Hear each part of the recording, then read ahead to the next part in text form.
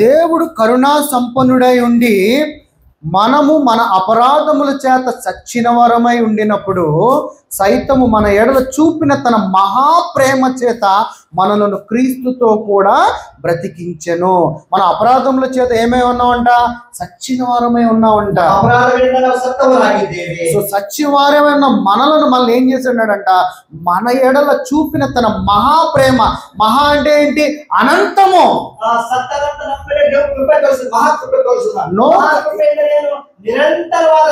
అది ఏంటి? ఎటువంటి కండిషన్ అనేది లేని ప్రేమని, అలాంటి ఒక్క ప్రేమతో కృపతో క్రీస్తుతో కూడా మనల్ని అందరినీ సజీవులుగా బ్రతికించి ఉన్నాడు. ఆయన ఆత్మగా బ్రతికింపబడి ఉన్నారు. 5వ వచనం, కృపచేత మీరు రక్షింపబడి ఉన్నారు. కృపచేత మీరు రక్షింపబడి ఉన్నారు. సో ఆ కృప క్రీస్తునందున ఆయన మనకు చేసిన ఉపకారము ద్వారా అత్యధికమైన తన కృపా మహిమదేశ్వర్యమును రాబో యుగములలో కనపరుచు నిమిత్తము.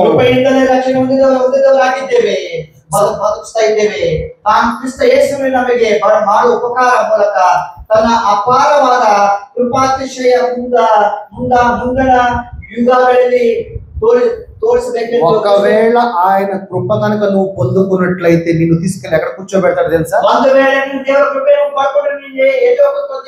ఈ రోజు నువ్వు ఎక్కడ కూర్చున్నావు అనుకుంటున్నావు, కానీ దేవుడు నిన్ను ఎక్కడ కూర్చోబెట్టేశాడో మీకు తెలుసా?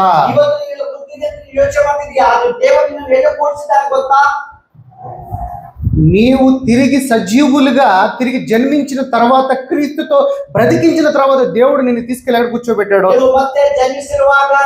దేవుడు క్రీస్తు జీవ కొట్టినవాక దేవుడు ఎక్కడ కూర్చుంటాను గొత్తా? 7వ వచనం చూడండి. క్రీస్తు యేసునందు మనలను ఆయనతో కూడా లేపి పరలోకం ముందు ఆయనతో కూడా కూర్చుండబెట్టెను. కూర్చుండబెట్టా అన్నాడా? కూర్చుండబెట్టేశాడా?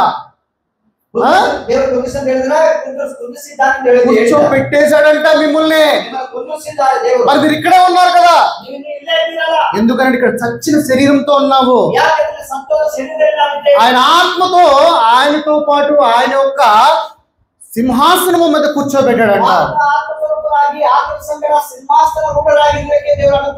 సో ఆయన ఆత్మ ద్వారా సింహాసనం మీద కూర్చోబెట్టుకోవాలంటే ముందు నీలో ఏముండాలి?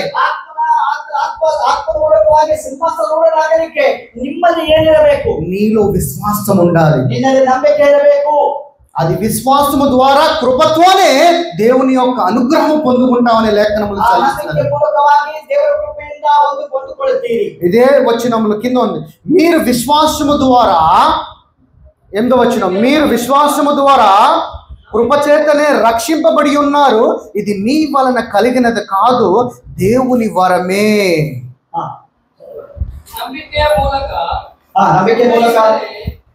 ರಕ್ಷಣೆ ಹೊಂದಿದವರಾಗಿದ್ದೀರಿ. ಆ ರಕ್ಷಣೆಯು ನಿಮ್ಮಿಂದ ಉಂಟಾದದ್ದಲ್ಲ, ಅದು ದೇವರ ವರವೇ. దేవుని యొక్క రక్షణ గనక పొందుకోవాలంటే దేవుని యొక్క విశ్వాసము, దేవుని మీద విశ్వాసం ఉంటే దేవుని యొక్క కృప వస్తుందంట. కృప వస్తే దేవుడు ఏమంటాడంటే, మనం పాట పాడుతాం, అత్యున్నత సింహాసనముపై ఆసీనుడవైన దేవా. అంటే ఏంటి? ఇక దాన్ని మించిన సింహాసనము లేదంట. ದೇವರ ಕೃಪೆ ಹೊಂದಿದ್ದೇವೆ. ಆತನು ಆಕಾಶದಲ್ಲಿ, ಆತನು ಸ್ವರ್ಗದಲ್ಲಿ ಆಸೀನರೂಢನಾಗಿದ್ದಾನೆ ಎಂಬುದಾಗಿ ಹೇಳ್ತದೆ. అంతకన్నా మించిన సింహాసనము లేదని దేవుడు చెప్తున్నాడు. ఆ సింహాసనముతో నీతో పాటు దేవుడు కూడా కూర్చుంటాడు. దేవుడితో పాటు నువ్వు కూడా కూర్చోబెట్టాడని దేవుడు లేఖనం. కానీ మన ప్రార్థన ఎలా ఉంటది? నేను పెంట కుప్పనయ్యా, నేను చెత్తని, నేను పురుగుని, నేను మట్టిని, నేను దేనికి పని చేయని దాన్ని, నన్ను ఆస్వాదించు. కానీ వాక్యం ఏం చెప్తుంది? ఒరే బాబు, నేను ఆస్వాదించేసాను రా నాయన,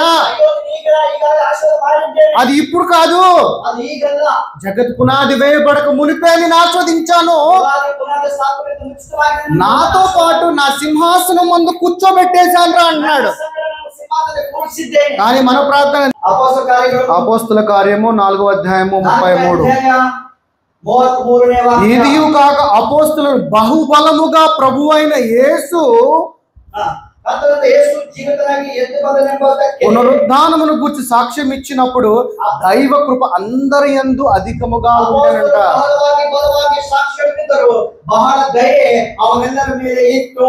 యేసు ద్వారా బలము పొందుకోవాలి అంట. నువ్వు రిస్టోరేషన్ జరగాలంటే పునరుద్ధానము జరగాలి.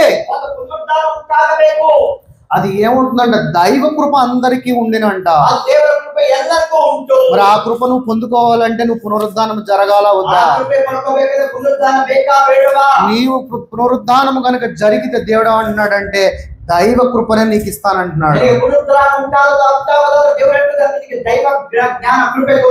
అపోస్తుల కార్యము 20వ అధ్యాయము 24. అయితే దేవుని కృపా సువార్తను గూర్చి సాక్ష్యం ఇచ్చుట యందు నా పరుగు నేను ప్రభువైన యేసు వలన పొందిన పరిచర్యను తుదముట్టింపవలనని నా ప్రాణము నాకెంత మాత్రమును ప్రియమైనదిగా ఎంచుకొనటలేదు. ఎందుకంటే ఆ ప్రాణము ఆల్రెడీ పోయి ఉన్నది కాబట్టి శరీరం ద్వారా. నీకు సత్యము దేవునిలో సత్యమును దేవుడే ఉన్నాడు. జీవము నేనే, సత్యము నేనే, మార్గము నేనే అన్నాడు. ఏంటిది ఆ మార్గము, ఏంటిది ఆ సత్యము? సో సత్యము ఏంటంటే నువ్వు ఆయన ఆత్మగా జన్మించావు, తర్వాత ఆయన ఆత్మగానే నువ్వు ఇక్కడి నుంచి వెళ్ళిపోతావని.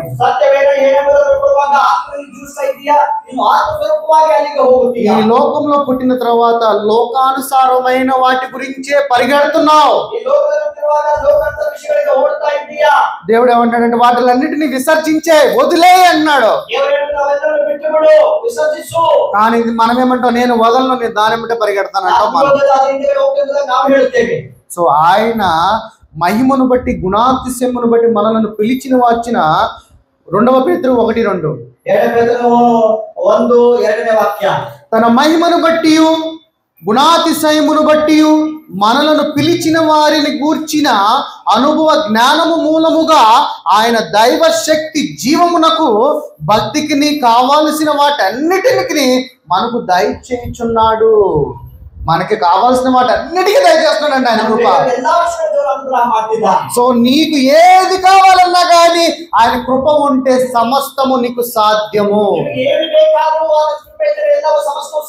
ఏంటి ఆయన కృపలో సమస్తం ఉందని దేవుని యొక్క లేఖనములు సెలవిస్తున్నాడు. సో ఆయన ఆత్మగా జీవించినప్పుడు ఇది అంతా నీకు సమృద్ధిగా దేవుని యొక్క కృప ఎప్పుడు ఉంటుంది. సో అలాగే రోమీలు పత్రిక 5వ అధ్యాయం 20వ వచనం రండి. మరియు అపరాధము విస్తరించినట్లు ధర్మశాస్త్రమును ప్రవేశించెను, ఆయనను పాపము మరణమును ఆధారము చేసుకొని ఎలాగు ఏలునో 21 అలాగే నిత్య జీవము కలుగుటకే నీతి ద్వారా కృపయు మన ప్రభువైన యేసుక్రీస్తు మూలముగా అది నీలో నువ్వు పాపాన్ని విశ్రమ చేస్తే పాపం విశ్రమింపబడుతుందంట. అలాగే కృప కనుక నీలో ఎలా చేస్తే కృప అపరిమితంగా విస్తరిస్తుందంట. సో కృప ఎప్పుడు నీలో ఉండాలంటే నీ నోరు బాగుండాలి. ఫస్ట్ విశ్వాసము గొప్పది, ప్రార్థన గొప్పది, ఉపవాసము గొప్పది, అలాగే నువ్వు మాట్లాడే మాట కూడా చాలా గొప్పది. మనం చాలా మంది భార్య భర్తలు చూసుకుంటా ఉంటాం, వేరే వేరే నోటి మాటల ద్వారా మాట్లాడుతూ ఉంటాం, పిల్లల మీద మాట్లాడుతూ ఉంటాం. దేవుడు అన్నాడు అంటే నువ్వు చూచి మాట్లాడు అంటున్నాడు. ಮಾತೇನು ಗೊತ್ತಾ? ನೋಡಿ ಮಾತಾಡು. ఎందుకనంటే నీ నోటి ద్వారా నువ్వు మాట్లాడే మాట ద్వారా జీవం ఉంది అంటున్నాడు, మరణం ఉంది ನಿನ್ನ అంటున్నాడు. ನಾಲಿಗೆಯಲ್ಲಿ ಜೀವವು ಉಂಟು, ನಿನ್ನ ಮಾತಿನಲ್ಲಿ ಮರಣವು ಉಂಟು. ఎందుకంటే నువ్వు మాట్లాడే మాట ద్వారా జీవం ఉంటే ఆ జీవం ద్వారా ఏమొచ్చిందంట? కృప ఉంటుందంట. ఆ కృప జీవం కలిగిన మాటలు 2 తిమోతి 2ನೇ అధ్యాయ 1వ వచనము, 1ನೇ వాక్య. నా కుమారుడా క్రీస్తు యేసు నందున్న కృప చేత బలవంతుడు కమ్ము అంటున్నాడు. ఇక్కడ ఏమంటున్నాడు? నా కుమారుడా క్రీస్తు యేసు నందున్న కృప చేత నీవు బలవంతుడు కమ్ము అంటున్నాడు. ನನ್ನ ಮಗನೇ, ನೀನು ಕ್ರಿಸ್ತ ಯೇಸುವಿನಲ್ಲಿ ಇರುವ ಕೃಪೆಯಿಂದ ಬಲ ಹೊಂದಿದವನಾಗು. నువ్వు క్రీస్తులో ఉండే దేవుడు అంటే నేను బలాన్ని ఇస్తానంట. ನೀವು ಕ್ರಿಸ್ತನಲ್ಲಿದ್ದರೆ దేవుడు ಹೇಳ್ತಿದ್ದಾನೆ ಗೊತ್ತಾ? ನಿನಗೆ ಬಲ ಸಿಗುತ್ತದೆ. సో ఆ బలం అంటే ఏంటి? మన శరీరానుసారంగా 100 మూటలు మోసేయటం కాదు. ಆ ಬಲ ಅಂದ್ರೆ ಏನು? ನಮ್ಮ ಶರೀರದಲ್ಲಿ 100 ಮೂಟೆ ಹೊರೋದಲ್ಲ. నీ ఆత్మకు శక్తి కలిగిస్తాడు. ನಿನ್ನ ಆತ್ಮಕ್ಕೆ ಶಕ್ತಿ ಉಂಟು ಮಾಡುತ್ತಾನೆ. ఎందుకంటే శరీరానికన్నా గొప్పది ఏంటంటే ఆత్మ. ಯಾಕಂದ್ರೆ ಶರೀರಕ್ಕಿಂತಲೂ ದೊಡ್ಡದು ಯಾವುದು, ಒಳ್ಳೆಯದು ಯಾವುದು? ಆತ್ಮವಾಗಿದೆ. నీ ఆత్మతో అనంతము ఆత్మ అంటే ಈ ಆತ್ಮಕ್ಕೆ ನಿರಂತರ ಎಲ್ಲ ಕಾಲವೂ ಇರುತ್ತದೆ. సో ఎప్పుడైతే నువ్వు రక్షకుడికి అంగీకరించినప్పుడు నువ్వు నిత్యుడుగా జీవిస్తావు. ನೀವು ರಕ್ಷಣೆ ಪಡೆಯುವಾಗ ನೀತಿವಂತನಾಗಿ ನಿರ್ಣಯಿಸಲ್ಪಡುತ್ತದೆ. నిత్యము జీవిస్తావు. మరణం అనేది ఉండదు. ನಿತ್ಯವೂ ಜೀವಿಸ್ತೀಯ, ಮರಣ ಇರೋದಿಲ್ಲ. శరీరానికే మరణం గాని ఆత్మకి మరణం ఉండదు. ಶರೀರಕ್ಕೆ ಮರಣ ಇದೆ, ಆತ್ಮಕ್ಕೆ ಮರಣ ಇದೆ. క్రైస్తవుడుగా నీవు తిరిగి జన్మించిన రోజు మరణం అంటే సంతోషంగా వెళ్ళిపోవాలి. ಮರಣ ಎಂದರೆ ನೀವು ಸಂತೋಷವಾಗಿ ಹೋಗಬೇಕು, ಯಾಕಂದ್ರೆ ತಿರುಗಿ ನಾವು ಬರ್ಲಿಕ್ಕಿದ್ದೇವೆ. ఎందుకనంటే దేవుడు నిన్ను తన ఆత్మగా మార్చి ఉన్నప్పుడు, దేవుడు ఆత్మే ఉన్నాడు కాబట్టి మనం కూడా ఆయన ఆత్మే ఉన్నాం. ದೇವರು ಆತ್ಮ ಸ್ವರೂಪರಾಗಿದ್ದಾನೆ, ನಾವು ಕೂಡ ಆತ್ಮ ಸ್ವರೂಪವುಳ್ಳವರಾಗಿ ಆತ್ಮ ಉಳ್ಳವರಾಗಿರಬೇಕು. దేవుడికి మరణం లేదు కాబట్టి నీకు కూడా మరణం లేదు. ದೇವರಿಗೆ ಮರಣ ಇಲ್ಲ, ಆ ಕಾರಣದಿಂದ ನಿಮಗೂ ಮರಣವಿಲ್ಲ. అందుకని దేవుడు ఏమంటాడంటే నీవు నిత్యము సంతోషముతో కృపా సత్య సంపూర్ణుడుగా నీవు నివసిస్తావు అంటున్నాడు. ಅದಕ್ಕೆ ದೇವರು ಹೇಳ್ತಾನೆ, ನಿತ್ಯವೂ ಸತ್ಯವಾಗಿ ಕೃಪಾಸನದಲ್ಲಿ ನೀವು ಇರ್ಲಿಕ್ಕಿದ್ದೀರ ಅಂತ ದೇವರು ಹೇಳ್ತಿದ್ದಾರೆ. దేవుడు ఇక్కడ ఏం చెప్తున్నాడు అంటే మళ్ళా యోహాను సువార్త 1వ అధ్యాయము 14వ వచనం కూడా, ಯೋಹಾನ ಸುವಾರ್ತೆ 1ನೇ ಅಧ್ಯಾಯ 14వ ವಾಕ್ಯ ಓದಿಕೊಳ್ಳೋಣ. ఆ వాక్యము శరీరధారై కృపా సత్య సంపూర్ణుడుగా మన మధ్య నివసించెను. ఆ వాక్యము శరీరధారై కృపా సత్య సంపూర్ణుడుగా మన మధ్య నివసించెను. ಆ ವಾಕ್ಯವೆಂಬವನು ನರವತಾರ ಎತ್ತಿ ನಮ್ಮ ಮಧ್ಯದಲ್ಲಿ ವಾಸ ಮಾಡಿದನು. ఎవరు ఆ కృపా సత్య సంపూర్ణుడిగా మన మధ్య నివసించెను? ಆ ನರವತಾರ ಕೃಪಾ ಸತ್ಯತೆ ಯಾರು? ఎవరు ఈ వాక్యము? ఎవరు అసలు ఈ వాక్య ಯಾರು? ఈ వాక్యము ఆదియందు వాక్యమును, వాక్యము దేవుని వద్ద ఉండెను, వాక్యము దేవుడై ఉండెను. ಈ ವಾಕ್ಯವು ಆದಿಯಲ್ಲಿ ವಾಕ್ಯವಿತ್ತು, ಆ ವಾಕ್ಯವು ದೇವರ ಬಳಿ ಇತ್ತು, ಆ ವಾಕ್ಯವೇ ದೇವರಾಗಿತ್ತು. ఆ దేవుడైన వాక్యము శరీరధారిగా కృపా సత్య సంపూర్ణుడుగా నీ మధ్య, మన మధ్య, మన అందరిలో కూడా ఆయన నివసిస్తున్నాడు. ఆ ದೇವರಾಗಿದ್ದ ವಾಕ್ಯವು ನರವತಾರವೆತ್ತಿ ನಿಮ್ಮ ಸಂಗಡ, ನಮ್ಮ ಸಂಗಡ, ನಮ್ಮೆಲ್ಲರ ಸಂಗಡ ಕೃಪೆ ಉಳ್ಳವರಾಗಿ ಜೀವಿಸ್ತಾ ಇದ್ದಾನೆ. తండ్రి వలన కలిగిన అద్వితీయ కుమారుని మహిమ వల్ల మనము ఆయన మహిమను కనుగొంటిమి. ಆ ಮಹಿಮೆಯ ತಂದೆಯ ಬಳಿಯಿಂದ ಬಂದ ಒಬ್ಬನೇ ಮಗನಿಗೆ ಇದು ತಕ್ಕ ಮಹಿಮೆ. ಆತನ ಕೃಪೆಯಿಂದಲೇ ನಮ್ಮ ಸತ್ಯದಿಂದಲೂ ఆయన కృప ద్వారా మనం ఏమే ఉన్నామంట? ఆతన కృపೆಯಿಂದ ನಾವೇನಾಗಿದ್ದೇವೆ? సో మనమందరం కూడా ఆయన మహిమను పొందుకొని ఉన్నామని చెప్తున్నారు. ನಾವೆಲ್ಲರೂ ಕೂಡ ಆತನ ಮಹಿಮೆಯನ್ನು ಹೊಂದಿದವರಾಗಿದ್ದೇವೆ. సో ఆయన మహిమ అనేది లేకపోతే, ఆయన కృప అనేది లేకపోతే నువ్వు అనేవాడివి లేవు. ಆತನ ಮಹಿಮೆ ಇಲ್ಲದೆ ಇದ್ದರೆ, ಆತನ ಕೃಪೆ ಇಲ್ಲದೆ ಇದ್ದರೆ ನೀನು ವ್ಯಕ್ತಿ ಇಲ್ಲವೇ ಇಲ್ಲ. ఎందుకంటే ఆయన కృప ప్రేమ కలిగిన కృప. ಯಾಕಂದ್ರೆ ಆತನ ಕೃಪೆ ಪ್ರೀತಿಯುಳ್ಳ ಕೃಪೆಯಾಗಿದೆ. ఆయన కృప కనికరము కలిగిన కృప. ಆತನ ಕೃಪೆ ಕನಿಕರವುಳ್ಳ ಕೃಪೆಯಾಗಿದೆ. సో ఆయన కృప కనికరము నిన్న నేడు రేపు ఒకటే రీతిగా ఉన్న కృప. కనికర నిన్ನೆ ಇವತ್ತು నిరంతర ఏకరీతిಯಾಗಿರುವಂತಹ కృపೆಯಾಗಿದೆ. నువ్వు ఎలా జీవించినా కానీ ఆయన కృప ఎప్పటికీ మారదని దేవుని యొక్క లేఖనం. ఆ కృప కూడా ఎలా ఉంటదంట? కృప వెంబటి కృప నీకు తోడుగా నిన్ను కాపాడడానికి ఉంటుందంట. సో 2వ తిమోతి 1:9 చూద్దాం. మన క్రియలను బట్టి కాక, మన క్రియలు అంటే ఏంటి? పొద్దున లేచాం, ప్రార్థన చేసుకున్నాం, బైబిల్ చదువుకున్నాం, నేను అబద్ధం ఆడను, ఎక్కువ ప్రార్థన సమయ పరురాలని ప్రార్థనలో ఎక్కువ సమయం గడుపుతాం. ఇక్కడ ఏమంటాడంటే మన క్రియలను బట్టి కాక తన స్వకీయ సంకల్పమును బట్టి అనాది కాలమునే క్రీస్తు యేసునందు మనకు అనుగ్రహింపబడి ఉన్నది. ఎప్పుడంట? అనాది కాలము మునిపే అంటే జగత్ పునాది వేయబడక మునిపే ఈ కృపని మనందరికి ఇచ్చి ఉన్నాడంట.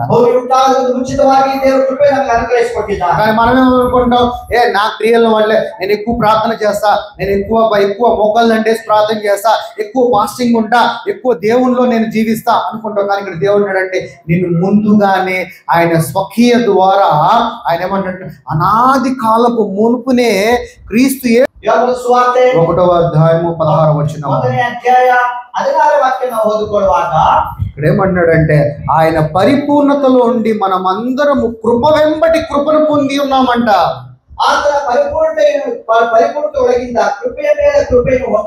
కృప వెంబటి కృప అంటే వద్దన్నా కొద్ది కూడా నీ వెనక్కే కృప ఉందండి. దేవుడు యొక్క లేఖనం చదివిస్తున్నాడు.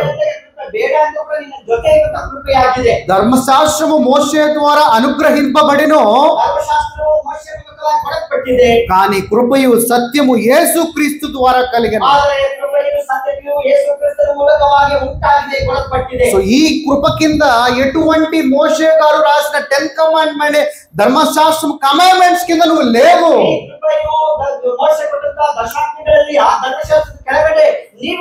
కానీ దేవుడు ఏమన్నాడంటే, నా కృప ఎక్కడ ఉంటే అక్కడ సంతోషం అన్నాడు. నా కృప ఎక్కడ ఉంటే నా మనుషులకి అది సంతోషము, సమాధానము, సమృద్ధి అని దేవుని యొక్క లేఖనములు సెలవిస్తున్నది.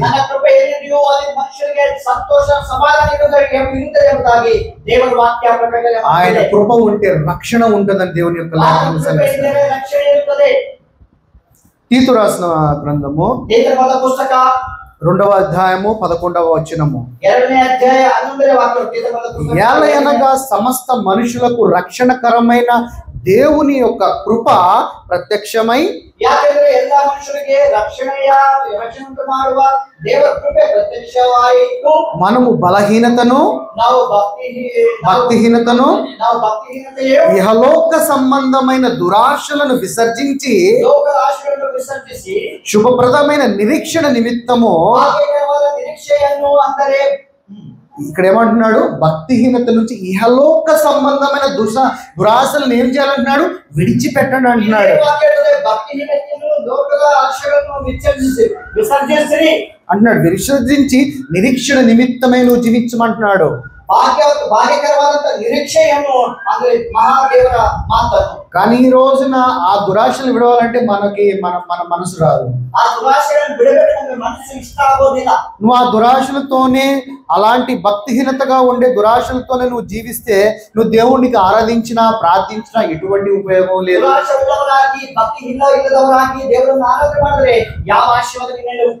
దేవుని యొక్క వాక్యము నీ ఆత్మకి ఆహారము. నువ్వు ఎప్పుడైతే నూతన సృష్టి జరిగిన తర్వాత నీ శరీరము మృతి చెందిందని దేవుని యొక్క లేఖనం సెలవిస్తుంది. నీవు జీవిస్తున్నది నా ఆత్మ ద్వారా అని దేవుని యొక్క వాక్యం సెలవిస్తుంది. మరి ఆ వాక్యము ద్వారా ఆయన ఆత్మగా జీవించినప్పుడు ఆ ఆత్మకి ఆహారం ఏంటి? ఆత్మకి ఆహారము దేవుని యొక్క వాక్యమే.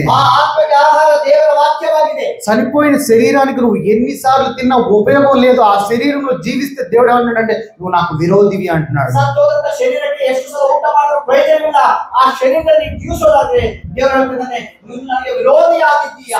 నీ దేవుని ఆత్మగా నువ్వు జీవిస్తున్నప్పుడు ఈ ఆత్మకి ఆహారం ఇవ్వటం ప్రారంభించి చూడు.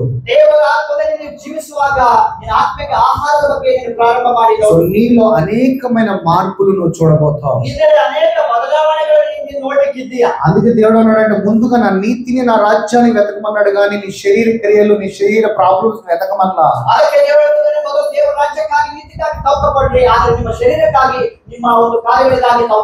మొదటగా నువ్వు ఆయన్ని వెతకటం ప్రారంభిస్తే ఆయన ఎక్కడున్నాడు వెతకాలంటే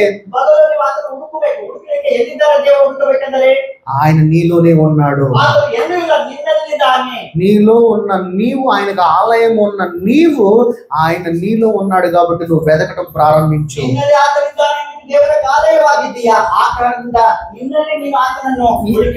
ఎలా వెతకాలి? నీలో ఉన్న దేవుడు నువ్వు సహవాసం చేయాలంటే ಯಾವ ತರ ಹುಡುಕಬೇಕು ನಿನ್ನ ದೇವರ ಸಂಗಡ ಸಹವಾಸ ಮಾಡಬೇಕಾದ್ರೆ నీ యొక్క హృదయంలోకి ఈ వాక్యము ప్రతిరోజు నీకు దొరికిన సమయం అప్పుడు ఈ వాక్యము నీలోకి ప్రవేశించాలి. ನಿನ್ನ ಹೃದಯದಲ್ಲಿ ಪ್ರತಿ ಸಲ ಸಮಯ ಸಿಕ್ಕಾಗಲೆಲ್ಲ ಈ ವಾಕ್ಯ ನಿನ್ನ ಹೃದಯದಲ್ಲಿ ಇರಬೇಕು.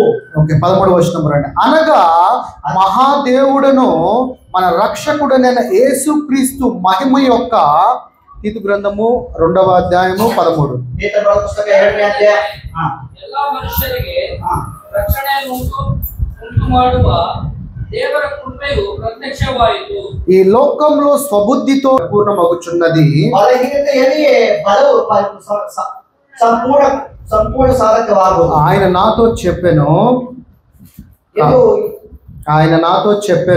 ಎಂದು ನನಗೆ ಹೇಳಿದ್ದಾನೆ. కాగా క్రీస్తు శక్తి నా మీద నిలిచి ఉండుట నిమిత్తము విశేషముగా నా బలహీనతల యందు బహు సంతోషముగా అతిశయపడుదును. ಈಗಿರಲಾಗಿ ಕ್ರಿಸ್ತನ ಬಲವು ನನ್ನಲ್ಲಿ ನೆಲೆಗೊಂಡಿರಬೇಕೆಂದು. ఇక్కడ దేవుడు ఏమంటున్నాడంటే మన బలహీనతలో ఉన్నప్పుడు ఆయన కృప మనకు తోడుగా ఉంటుందంట. దేవుడు ఏం ಹೇಳ್ತಾನೆ, ನಮ್ಮ ಬಲಹೀನತೆಗಳಲ್ಲಿ ಆ ಕೃಪೆ ನಮಗೆ ಇರುತ್ತದೆ. అలాగే క్రీస్తు యొక్క శక్తి మనం అందరి మీద నిలిచి ఉంటుందని దేవుడు చెప్తున్నాడు. క్రీస్తుల శక్తి నమ్మెల్లరి మీద నెలకొండిరుತ್ತದೆ.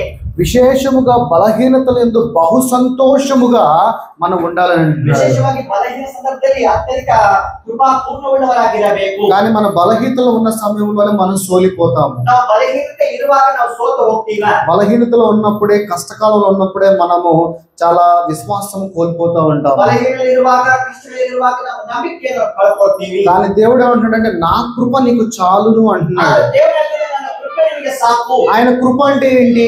ಆತನ ಕೃಪೆ ಎಂದರೆ ಏನು? ఆయన కృప అంటే ఆయన కృపలో ఎటువంటి లా అనేది లేదని అర్థం. ಆತನ ಕೃಪೆ ಎಂದರೆ ಕೃಪೆಯಲ್ಲಿ ಯಾವತ್ತಿರುವಂತ ಧರ್ಮಶಾಸ್ತ್ರ ಅಥವಾ ಯಾವತ್ತಿರುವಂತ ನ್ಯಾಯ ನಿಬಂಧನೆ ಇಲ್ಲ. ఎందుకంటే పాత నిబంధనలో 10 కమాండ్మెంట్స్ అందరికీ అప్లై అయి ఉన్నవి.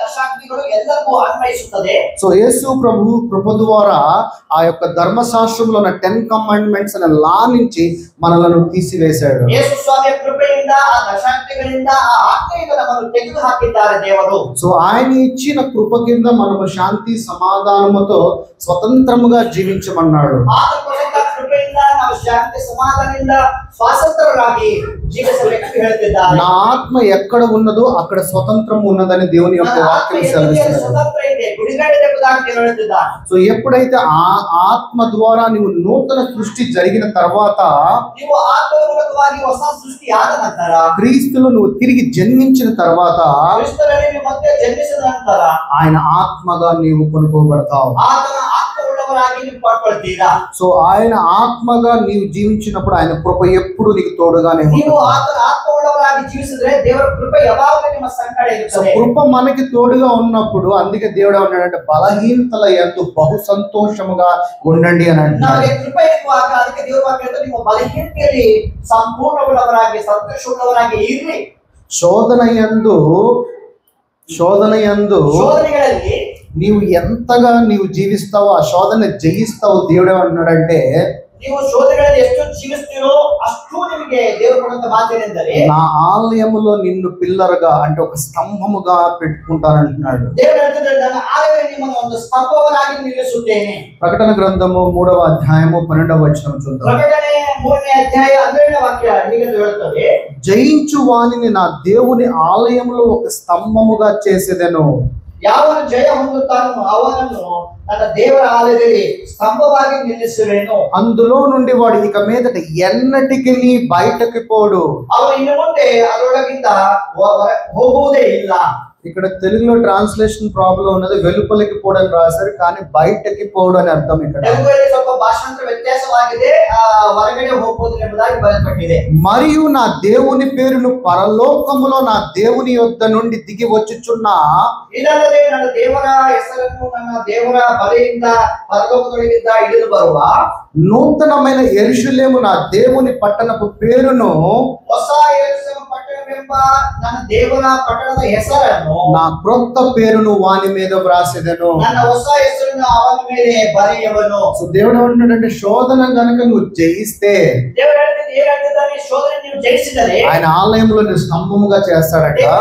ತನ್ನ ಆಲಯದಲ್ಲಿ ಸ್ತಂಭವಾಗಿ ನಿಲ್ಲಿಸುತ್ತಾನೆ. ఆయన నీకు క్రొత్త పేరు నీ హృదయం మీద వ్రాస్తాడట. ದೇವರು ನಿಮ್ಮ ಹೃದಯದಲ್ಲಿ ಹೆಸರನ್ನು ಬರೆಯುತ್ತಾನೆ. సో శోధన రాగానే మనం భయపడిపోతా ఉంటాము. ಶೋಧನೆ ಬಂದ ತಕ್ಷಣ ನಾವು ಹೆದರ್ಕೊಳ್ತೀವಿ, ಭಯಪಡ್ತೀವಿ. కానీ శోధన జయిస్తే దేవుడు ఏమంటున్నాడంటే నీకు జీవ కిరీటమును ఇస్తానంట. ಆದರೆ ಶೋಧನೆ ಜಯಿಸಿದ ದೇವರು ನನಗೆ ಜೀವವೆಂಬ ಜಯಮಾಲೆ ಕೊಡುತ್ತೇನೆ ಎಂಬುದಾಗಿ. శోధన వచ్చినప్పుడు మహానందముగా ఎంచుకొనడి అని యాకోబు పత్రికలో చెప్తున్నాడు. ನಿಮಗೆ ಶೋಧನೆ ಬಂದಾಗ ಅದು ಸ್ವಲ್ಪ ಆನಂದವೆಂಬುದಾಗಿ ಎಣಿಸಿಕೊಳ್ಳಿರಿ. సో ఎందుకంటే ఆయన కృప నీకు తోడుగా ఉంటది ఎప్పుడు. ಯಾಕಂದ್ರೆ ಆತನ ಕೃಪೆ ಯಾವಾಗಲೂ ನಿನಗೆ ಜೊತೆಯಾಗಿರುತ್ತದೆ. కృప తోడుగా ఉందంటే నీవు ఎలాగ జీవించాలంటే నువ్వు విశ్వాసంగా దేవుని యందు నిలబడాలి. ಆ ಕೃಪೆ ನಿಮ್ಮ ಜೊತೆ ಇರುವುದಾದರೆ ನೀವು ಹೇಗೆ ಜೀವಿಸಬೇಕು? ವಿಶ್ವಾಸದಿಂದ, ನಂಬಿಕೆಯಿಂದ ಜೀವಿಸಬೇಕು. ಅದ್ಭುತವಾದ ವಾಕ್ಯಗಳನ್ನ ధన్యవాదాలు. క్షమించాలి.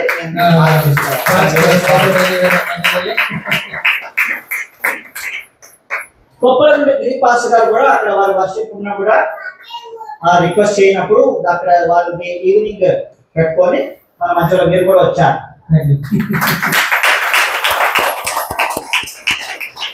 దాని ముఖ్యము మీరందరూ నిద్రపోక కుడుకక కూర్చొని ఉన్నారు.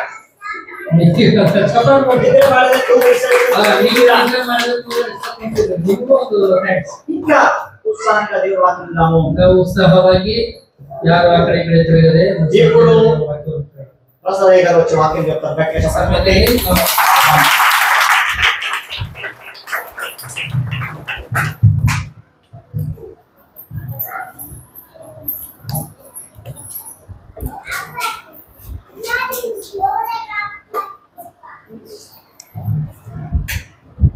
ప్రభువు నామమున కూడి వచ్చిన మీ అందరికీ కూడా శుభాభివందనాలు తెలియజేస్తున్నాను.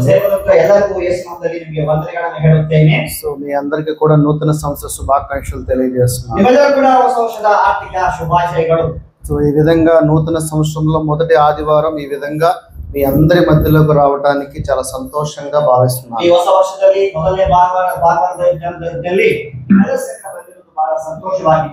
ఎందుకంటే నిజంగా దేవుని యొక్క కృపను బట్టే నేను ఇక్కడికి పదే పదే రావడం జరుగుతుందని.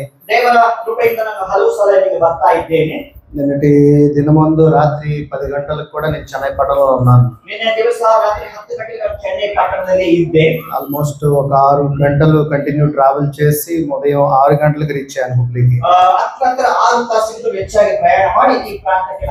మళ్ళా ఉదయాన్నే మళ్ళా 10 గంటలకు బయలుదేరి ఇక్కడికి 2 అవర్స్ చేరుకోవడం జరిగింది. సో ఇంత ఇదిగా ట్రావెల్ చేస్తూ దేవుని కృపను బట్టి ఎటువంటి ఒక చిన్న హాని కూడా జరగకుండా ఇక్కడ తోడుకుని రావడం అంటే అది నిజంగా దేవుని యొక్క కృపే. ಇಷ್ಟು ದೂರ ಪ್ರಯಾಣಗಳನ್ನು ಮಾಡುತ್ತಾ ಸೇವೆ ಮಾಡ್ತಿರುವಾಗ ಯಾವ ಅಪಾಯಗಳು ಆಗದೆ ಹಾಗೆ ದೇವರು ನಮ್ಮನ್ನು ನಡೆಸ್ತಾ ಇದ್ದಾನೆ. ಇದು ದೇವರ ಕೃಪೆಯಾಗಿದೆ. సో మన రక్షకుడు మన కొరకు పుట్టి ఉన్నాడు. ನಮ್ಮ ರಕ್ಷಕನು ನಮಗಾಗಿ ಜನ್ಮಿಸಿದ್ದಾನೆ. సో ఆయన పుట్టి ఉన్నాడని మొన్నట దినమందు క్రిస్మస్ అందరూ కూడా ఈ లోకం అంతా కూడా జరుపుకున్నారు. ಆತನ ಜನ್ಮದಿನವನ್ನು ಇಡೀ ಪ್ರಪಂಚ ನಾವೆಲ್ಲರೂ ಕೂಡ ಆಚರಣೆ ಮಾಡಿದ್ದೇವೆ. సో అందరూ దాని తర్వాత 31వ తారీఖున నూతన సంవత్సర శుభాకాంక్షలు అనంతర ಹೊಸ ವರ್ಷದ ಶುಭಾಶಯಗಳನ್ನು ತಿಳಿಸುತ್ತಾ ಇದ್ದೇವೆ. అందరూ జరుపుకున్నారు. ಎಲ್ಲರೂ ಕೂಡ ಆಚರಣೆ ಮಾಡಿದರು. కానీ నూతన సంవత్సరము మన జీవితంలోకి వచ్చిందని మనం సంతోషపడాలా, బాధపడాలా? ಹೊಸ ವರ್ಷ ಬಂದಿದೆ ಎಂದು ಸಂತೋಷಿಸಬೇಕಾ ಅಥವಾ ದುಃಖಿಸಬೇಕಾ? ఎందుకంటే మనలో నుంచి ఒక సంవత్సరం మన వెనక్కి వెళ్ళిపోతుంది. ಯಾಕಂದ್ರೆ ನಮ್ಮಿಂದ ಒಂದು ವರ್ಷ ಅದು ಕತ್ತಿಸಿ ಹೋಗಿಬಿಟ್ಟಿದೆ. కానీ ఒక సంవత్సరం మన నుంచి వెళ్ళిపోయినప్పుడు మనం దేవునికి ఏమి ఆ సంవత్సరంలో చేసి ఉన్నాము అనేది ఇక్కడ వెరీ ఇంపార్టెంట్. ಒಂದು ವರ್ಷ ನಮ್ಮಿಂದ ಗತಿಸಿ ಹೋಗಿದೆ. ಆ ವರ್ಷದಲ್ಲಿ ನಾವು ಏನು ದೇವರಿಗಾಗಿ ಮಾಡಿದ್ದೇವೆ ಎಂಬುದನ್ನ ಪ್ರಮುಖವಾಗಿ ಯೋಚನೆ ಮಾಡಬೇಕು. మనము కొరకే జీవించాలా, లేకపోతే దేవుని కొరకు మనం జీవించాలా, లేకపోతే దేవుని యొక్క ఆత్మగా మనం జీవించాలా? ನಾವು ನಮಗಾಗಿ ಜೀವಿಸಬೇಕಾ, ದೇವರಿಗಾಗಿ ಜೀವಿಸಬೇಕಾ, ದೇವರ ಆತ್ಮದಲ್ಲಿ ಜೀವಿಸಬೇಕಾ? మనము దేవుని యొక్క ఆత్మ కలిగి ఆత్మై ఉన్నాము. ನಾವು ದೇವರ ಆತ್ಮ ಹೊಂದಿದವರಾಗಿ, ಆತ್ಮವುಳ್ಳವರಾಗಿ, ఆత్మలో ఉన్న శక్తి ద్వారా, ಆತ್ಮದಲ್ಲಿರುವಂತಹ ಶಕ್ತಿಯ ಮೂಲಕ ఆయన యొక్క ఆత్మ కలిగిన యొక్క కుమారుడిగా మనం జీవించాలి. ಆತ್ಮನ ಆತ್ಮವನ್ನು ಹೊಂದಂತಹ ಮಕ್ಕಳಾಗಿ, ಕುಮಾರರಾಗಿ ಜೀವಿಸಬೇಕು. అయితే మన కొరకు ప్రభు వచ్చి ప్రాణం పెట్టాడు. ಅದಕ್ಕೆ ನಮಗಾಗಿ ಯೇಸು ಸ್ವಾಮಿ ಒಂದು ಪ್ರಾಣವನ್ನು ಕೊಟ್ಟಿದ್ದಾನೆ. ఆ ప్రాణం పెట్టాడు అన్నది మనం ప్రచురం చేయాలి. మనం ಆ ಪ್ರಾಣವನ್ನು ಕೊಟ್ಟಿದ್ದಾನೆ ಎಂಬುದಾಗಿ ಪ್ರಚಾರ ಮಾಡಬೇಕು. సువార్తని మనం ముందుకు తీసుకుని వెళ్ళాలి. ಈ ಸುವಾರ್ತೆಯನ್ನು ಮುಂದಕ್ಕೆ ತೆಗೆದುಕೊಂಡು ಹೋಗಬೇಕು. ఆ సువార్తని మనమే తీసుకెళ్లాలా, అందరూ తీసుకెళ్లాలా? ಆ ಸುವಾರ್ತೆಯನ್ನು ನಾವು ತೆಗೆದುಕೊಂಡು ಹೋಗಬೇಕಾ ಅಥವಾ ಎಲ್ಲರೂ ತೆಗೆದುಕೊಂಡು ಹೋಗಬೇಕಾ? అందరూ తీసుకెళ్ళాలి. ನಾವೆಲ್ಲರೂ ತೆಗೆದುಕೊಂಡು ಹೋಗಬೇಕು. సువార్త అనేది ప్రతి ఒక్కడు కూడా కూడా దేవుని యొక్క పని చేయాలి. ಸುವಾರ್ತ ಎಂಬುದು ಪ್ರತಿಯೊಬ್ಬರೂ ದೇವರ ಕೆಲಸ ಮಾಡಬೇಕು. అయితే మనకి ప్రభు ఏమి ఇచ్చాడు?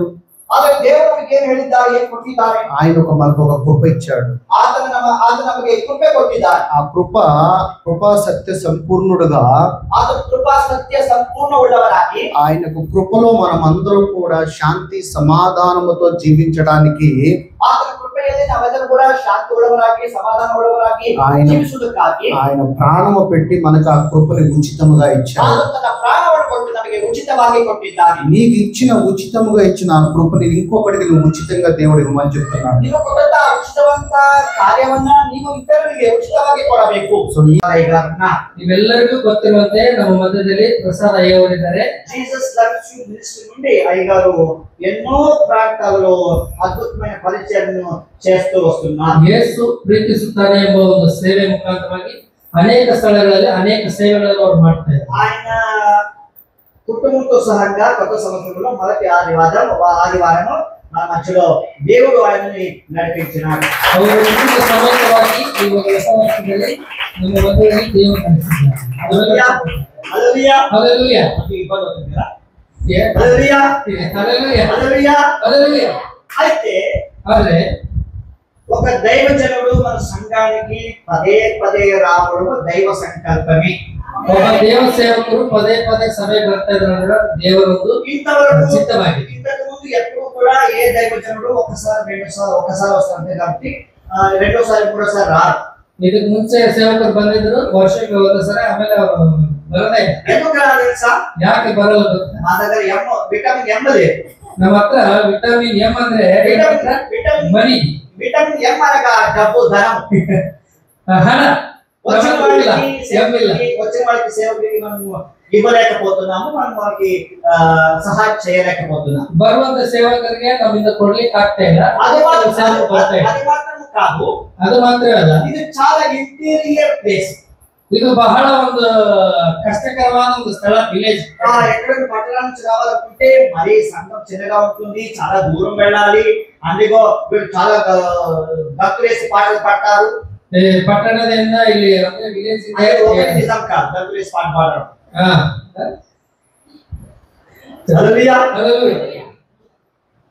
మీరు చాలా చాలా దూరంగా ఉంది, ಇದು ಬಹಳ ದೂರವಾಗಿದೆ. నాకు స్పీడ్ ఇది అలవాటు కాబట్టి మెల్లగా వెళ్తాను. సారీ. హల్లెలూయా. హల్లెలూయా. కాబట్టి దేవుడు దైవజనుడు మన మధ్యలో ప్రసాద్ ఇలా ఉన్నారు. ಅದ ಕಾರಣ ನಮ್ಮ ಮಧ್ಯದಲ್ಲಿ ಪ್ರಸಾದ ಅವರು ನಮ್ಮ ಮಧ್ಯದಲ್ಲಿ జీసస్ లవ్స్ యు మినిస్ట్రీ గొప్పగా ఆయన అనేక ప్రాంతాల్లో దేవుడు వాడుకుంటున్నారు. ಯೇಸು ಪ್ರೀತಿಸುತ್ತಾನೆ ಎಂಬ ಸೇವೆ ಮುಖಾಂತರವಾಗಿ ದೇವರು ಅನೇಕ ಸ್ಥಳಗಳಲ್ಲಿ ಅವರನ್ನು ಉಪಯೋಗಿಸಿಕೊಳ್ಳುತ್ತಾರೆ. ఇటువంటి దైవజనులు అభిషక్తులు దేవుని ద్వారా వాడబడిన వారు మన సంఘానికి రావడము నిజంగా మనకి గొప్ప ఆశీర్వాదం.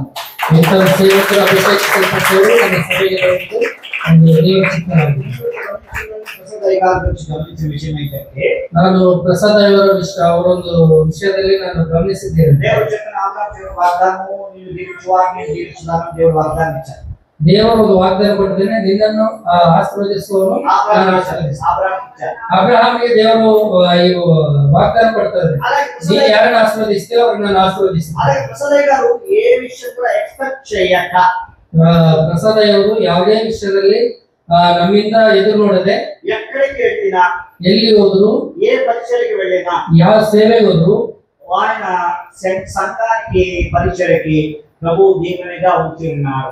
ಎಲ್ಲಿ ಹೋದ್ರು ಸಭೆಗೆ ಆಶೀರ್ವಾದಕರವಾಗಿತ್ತು. అటువంటి దైవజనులు ನಮ್ಮ మధ్యలో ఉండటం చాలా సంతోషం. ಅಂತ ಒಂದು ದೈವ ಸೇವಕರು ನಮ್ಮ ಮಧ್ಯದಲ್ಲಿ ಇರುವುದು నాకు చాలా ఇష్టము. పదే పదే ప్రసాదయ్య గారు నాకు చాలా సంతోషం.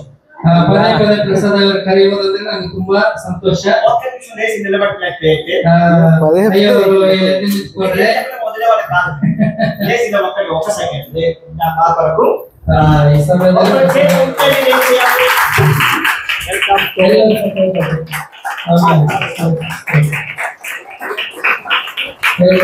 ಈ ಹೊಸ ವರ್ಷದಲ್ಲಿ ಹೊಸ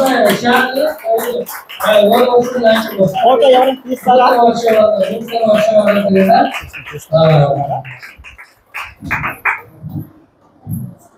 మీకు కావాలి ఫోటో వాళ్ళు తీసేసారు. మీకు కావాలా క్లాస్ వస్తాం, ముందుకొని వచ్చేద్దాం. ఆయన అలాగే తెస్తాడు. నేనే తాను తెల్లగుండాను అందులో. చాలు, ఓకే. థ్యాంక్ యూ అయ్య గారు, మరోసారి మీరు మా మధ్యలో వచ్చినారు. దేవుడు మిమ్మల్ని దీవించుగాక. దేవుడు మధ్య దేవుడు వందనాలు స్వీకరిస్తారు. మీకు తెలుసా ట్రాన్స్లేషన్ ఎంత కష్టమనేసి? నేను తమిళ చేస్తా, మలయాళం చేస్తా, ఇంగ్లీష్ చేస్తా, హిందీ చేస్తా. లాస్ట్ టైం ఏం చేశాను నేను నాకు ఏం చేశాను? మలయాళం చేస్తా, మలయాళం, హిందీ చేస్తా, హిందీ, ఇంగ్లీష్. ఎక్కడ? నువ్వు ఉన్నావు కదా అక్కడ. ఇన్ని భాషలు నేను ట్రాన్స్లేట్ చేస్తా.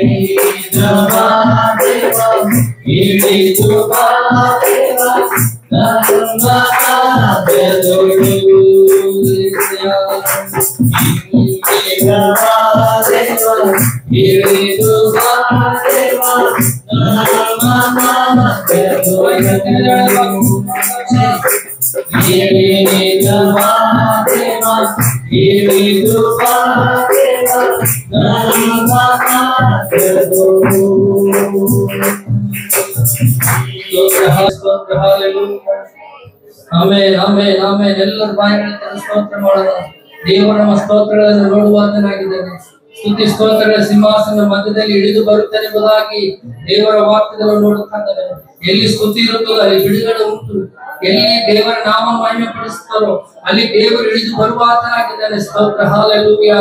ಇಸ್ರಾಯೇಲರು ಯೆರಿಕೋ ಕೋಟೆ ಮುಂದೆ ನಿಂತುಕೊಳ್ಳುವಾಗ ದೇವರ ಹತ್ರ ಅವರು ಕೇಳುತ್ತಾರೆ, ನಾವೇನ್ ಮಾಡ್ಬೇಕು ಸ್ವಾಮಿ ಎಂಬುದಾಗಿ.